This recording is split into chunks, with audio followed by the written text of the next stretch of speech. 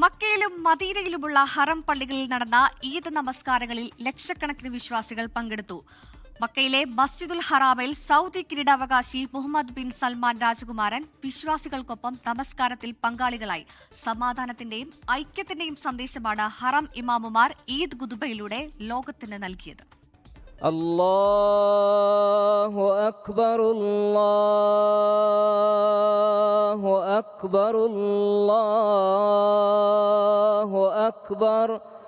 പെരുന്നാൾ നമസ്കാരത്തിൽ പങ്കെടുക്കാൻ പുലർച്ചെ മുതൽ തന്നെ സൗദിയിലെ പ്രധാന പള്ളികളിലേക്ക് വിശ്വാസികളുടെ ഒഴുക്കായിരുന്നു.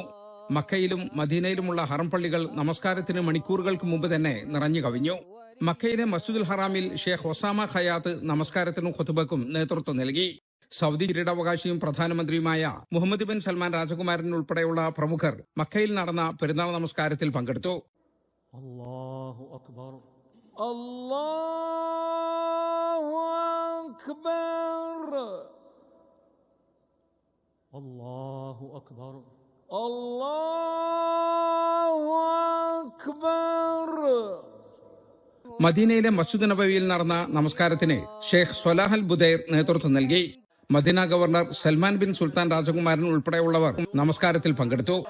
വഅലം ബിഅന്നക ഇൻ തലബ്ത മുഹദ്ദബൻ റുംത الشطط من ذا الذي ما ساء قط ومن له الحسنى فقط ألا سامح أخاك إذا تعدى. പെരുന്നാൾ കേവലം ആഘോഷമല്ലെന്നും ആരാധനകളുടെ പൂർത്തീകരണമാണെന്നും ഇമാമുമാർ ഖുതുബയിൽ ഓർമ്മിപ്പിച്ചു.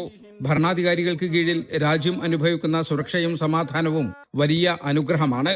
യുദ്ധങ്ങൾ തകർത്ത നാടുകളെക്കുറിച്ച് ഓർമ്മിപ്പിച്ച ഇമാമുമാർ വിദ്വേഷം പ്രചരിപ്പിക്കുന്നവരെയും സുരക്ഷ തകർക്കാൻ ശ്രമിക്കുന്നവരെയും വിശ്വാസികൾ കരുതിയിരിക്കണമെന്ന് മുന്നറിയിപ്പ് നൽകി. ജലീൽ കണ്ണമംഗലം, 24 ജിദ്ദ.